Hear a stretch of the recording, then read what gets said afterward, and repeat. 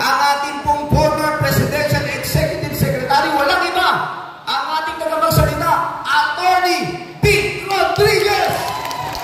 Ang maiso! Maiso!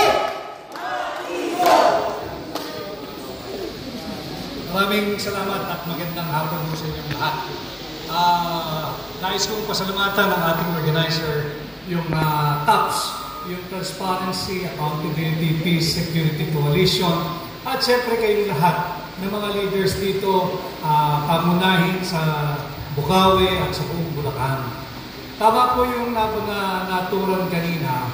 Alam ho namin na pagbigay lang po sa amin na meron gaganapin na Leaders Forum dito.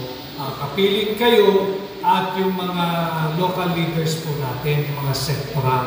Subalit nag-usap-usap po kami nila Atty. Harry, Atty. Glenn, Atty. Trixie, na since malapit lang din naman tayo sa area, puntahan na rin natin bilang suporta sa inyo at pakikiisa. Bago pa man natin gawin yung paplanuhin nating malawakang rally dito siguro sa area muli ng Bulacan o ng Region 3 o ng Metro Manila.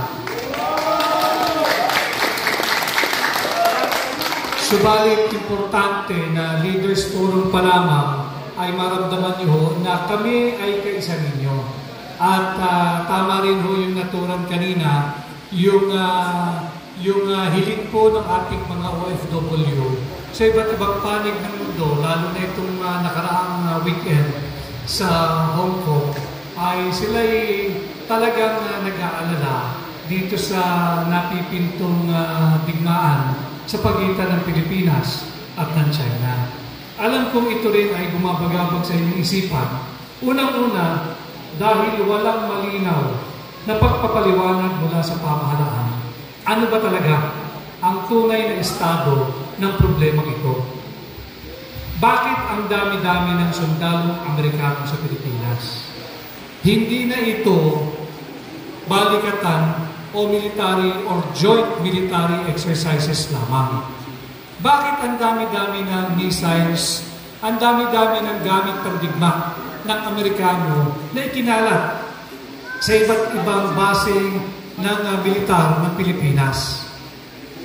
Bakit patuloy na sinisilaban ang problemang dulot ng ating nagbabanggaang claim dyan sa South China Sea? Alam mo ninyo, hindi biro itong problemang ito. Sa kasalukuyan, hirap po ang pamahalaan na pakainin ang kanyang populasyon. Tayo, walang maibigay na murang bigas. Lahat ng bilihin nagtataasan.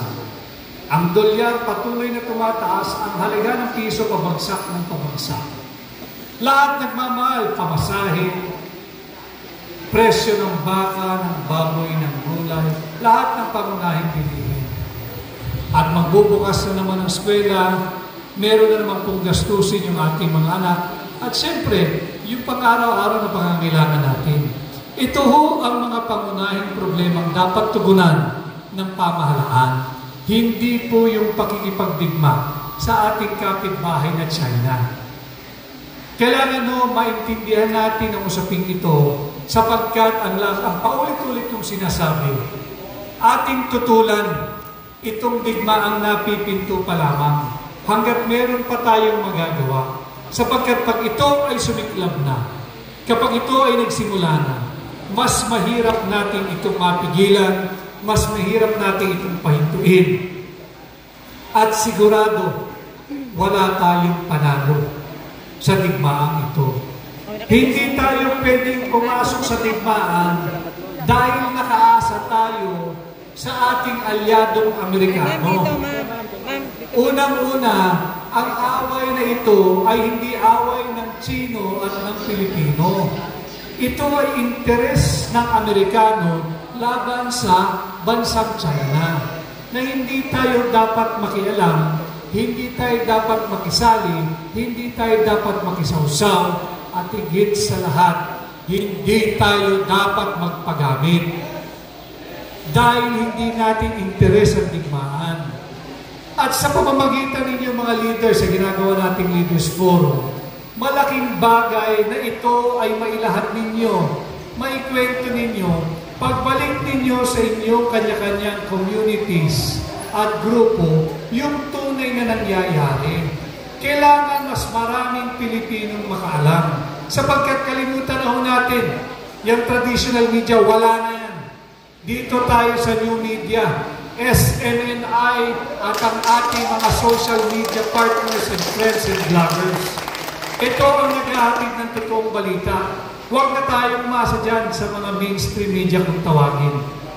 Wala silang ibinabalitang totoo. Itinatago nila sa ating mga Pilipino.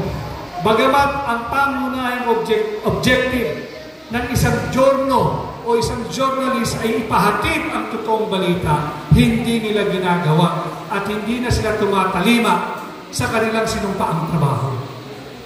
Kaya ito po ay sinisikap natin dito sa Hakbang ng Maisog na umikot sa lahat ng sulok ng Pilipinas.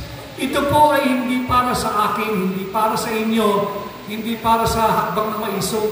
Ito po ay para sa bansa nating Pilipinas. Ito po ay para sa Pilipino, sa mga anak po natin, sa mga apo ninyo, at darating pang sa ating lahi. Maikwento ko lang ng kaunti. 80 years na ho mula nung digmaang pandaigdig na pangalawa, yung World War II, na kung saan sinakop tayo ng bansang Hapon nung World War II. Wasak na wasak po ang Pilipinas noon. Nandyan po sa history books, sa kwentong isinalin ng ating mga magulang, ng lola, ng tiyo, ng tiya. Hindi pa ho tayo nakaka-recover doon sa himagsikan ng World War II. Hindi pa ho tayo nakaka-recover sa hirap na dinaras natin noong World War II.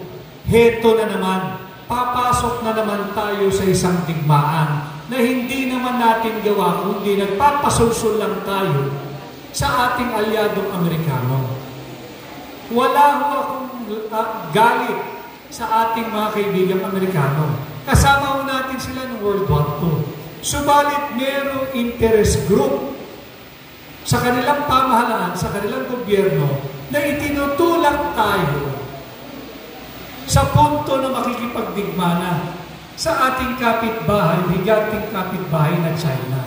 Uulitin ko, hindi ganyan ang tunay na kaibigan. Ang tunay na kaibigan, ang tunay na alyado, hindi ka dadalhin sa bingit ng alanganin. Ang tunay na alyado, hindi ka kakalad ka rin sa gerang hindi mo naman away. Ang tunay na alyado, dapat tinutulungan tayong umunlad, maging progresibo at iangat ang buhay ng bawat Pilipino. Kaya hinihingi po namin, kaya po kami ay naririto ngayong hapon upang makiisa sa inyo. Dahil alam po namin, yung kahalagahan ng papel na inyong ginagampanan at gagampanan, lalo pat higit pagkatapos ng ating Leaders Forum ngayon. Dahil kayo po ang magre-re-echo, magsasabi doon sa inyong mga pamayanan, sa inyong mga organisasyon, itong problema na hindi binabalita ng mainstream media. At siyempre, andyan din po yung inaabusong palagian, yung sinasabi nilang People's Initiative. Hindi pa po tapos ito. Subalit, pinalabanan po natin ito. Nagsalita na ang higit na mayorya ng Pilipino. 88% ng huling survey ayaw sa peke at huwad na chapter change. Ayaw sa peke at huwad na People's Initiative. Huwag po tayong pakampante. Dahil hindi po nagpapahinga at hindi po natutulog ang ating mga kalaban na walang gustong gawin kundi isahan tayong mga Pilipino at ilusot yung peking chapter change, hindi upang umunlad at mayangat ang buhay nating mga Pilipino. Ang tanging layunin nila, ayaw na nilang lisanan, ayaw na nilang lisanin ang kanilang mga pwesto. Gusto nila panghabang buhay na silang nariyan. Pagkatapos nila yung asawa, anak, hanggang kapo-apuhan. Hindi po yan ang batayan ng matiwasay na pamunuan. Kaya sa tulong po ninyo, kahit ano pa pong balot nila, balutan man nila yan ng ayuda, balutan man nila yan ng AIX, balutan man nila ho yan ng medical assistance, kunin po ninyo. Pera nyo yan. Pero huwag nyo ibenta ang inyong paninindigan, ang pagkatao at ang inyong prinsipyo. Pagka sila ho ay nagpe-pay out, pumila ho kayo. Ako na nakikiusap, pumila kayo. Kunin ninyo, pera ninyo yan. Pag sinasabi nila na may ayuda, may AIX, may medical assistance at kung ano-ano pa, pakiusap, kunin po ninyo. Inyo po yan. Ibili ninyo ng bigas. Ibili ninyo ng ulam. Gamitin ninyo sa pang-araw-araw ninyong pamumuhay. Pero huwag ninyong ibibenta ang inyong pagkatao, ang inyong prinsipyo, at higit sa lahat, ang kinabukasan ng inyong pamilya. Yun lamang ho ang aking mensahe. Ako po ay kaisa ninyo. Magkakasama po tayo at isulong po natin ang layunin ng hakbang ng maiso. Humihingi ng transparency, accountability, peace and security, at yung nasa t-shirt po ninyo, huwag lang pong manatili sa t-shirt yan. Ilagay po ninyo sa puso ninyo, sa isipan ninyo, sa damdamin ninyo, that Filipinos are not for sale.